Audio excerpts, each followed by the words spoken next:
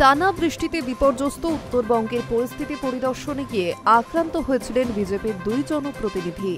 পাথরের ঘায়ে চোখের নিচের হাড় ভেঙে চুরমার হয়ে যায় সাংসদ খগেন মুর্মুর। হেনস্থা করা হয়েছিল শঙ্কর ঘোষকেও। খগেন এখনো হাসপাতালে ভর্তি।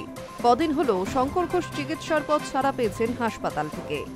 শরীর খানিকটা ঠিক হতেই তিনি ফের ত্রাণ নিয়ে হাজির হলেন নাগরাকাটায়, ঠিক যেখানে তাদের উপর হামলা চালিয়েছিল কয়েকজন হামলাকারী। আপনারা জানেন সেদিন আমাকে মারার মূল কারণ হচ্ছে আমি কেন বলেছিলাম যে উত্তরবঙ্গের মানুষ যখন মারা যাচ্ছে এই প্রাকৃতিক দুর্যোগে, উনি রেড রোডের কার্নিভালে নাচ করছেন।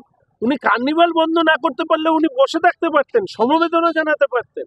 আপনারা তো সব আমার উত্তরবঙ্গের সাংবাদিক, মনে আছে ময়নাগুড়িতে ঝড় হয়েছিল, রাত্রেবেলা তিনি এসে টর্চের লাইট, মোবাইলের লাইট দিয়ে মানব দরদি শাস্তি গিয়েছিলেন, তখন ভোট ছিল। আর কলকাতায় বিদ্যুৎপৃষ্ট হয়ে বর্ষণে মারা গেল, সাথে সাথে সারা রাজ্য শাটডাউন করে দেওয়া হলো। তাহলে উত্তরবঙ্গের মানুষ মারা গেলে কেন এটা হয় না? এই প্রশ্ন করাটা কি আমার অপরাধ, নাকি প্রশ্ন করা অপরাধ? আপনারা তো এত সাংবাদিক বন্ধুরা উত্তরকন্যা করেন, কন্ট্রোল রুম নবান্নে খোলা হলো কেন? কন্ট্রোল রুম কেন উত্তরকন্যায় খোলা হলো না? এই প্রশ্ন করেছি বলে ওরা আমাকে মেরেছে। শিলিগুড়ির বিজেপি বিধায়ক শঙ্কর ঘোষ আক্রান্ত হওয়ার পরপরই জানিয়েছিলেন দল বললে ত্রাণ দিতে ফের তিনি নাগরাকাটায় যাবেন। কথা মতো শনিবারই ঘটনাস্থলে পৌঁছে সহায় সম্বলহীনদের সঙ্গে কথা বলেন বিধায়ক, তুলে দেন ত্রাণ।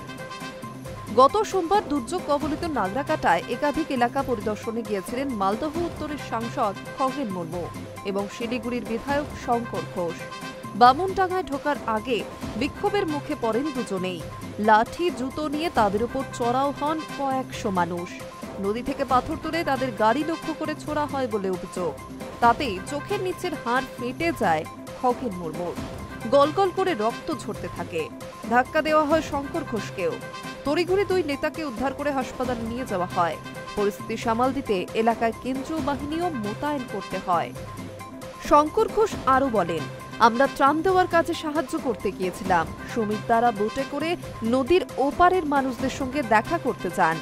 আমরা এপারেই ছিলাম, তখন কিছু লোক দিদির কথা বলে আমাদের ঘিরে ধরে। প্রথমে গালিগালাজ, পরে পিছন থেকে মারধর শুরু করে। মাথা সিটের নিচে ঢুকিয়ে দিয়ে কোনো মতে বেঁচেছি। বিজেপি সাংসদ খগেন মুর্মু এখনো হাসপাতালে চিকিৎসাধীন। খানিকটা সুস্থ হলেই তার চোখের নিচের ভাঙা হাড়ের অস্ত্রোপচার করা হবে। অন্যদিকে কদিন হলো বিজেপি বিধায়ক শঙ্কর ঘোষ ছাড়া পেয়েছেন, আর শনিবার সুযোগ পেয়ে বামনডাঙ্গায় পৌঁছে গেলেন ত্রাণ বিলি করতে। Hi news network.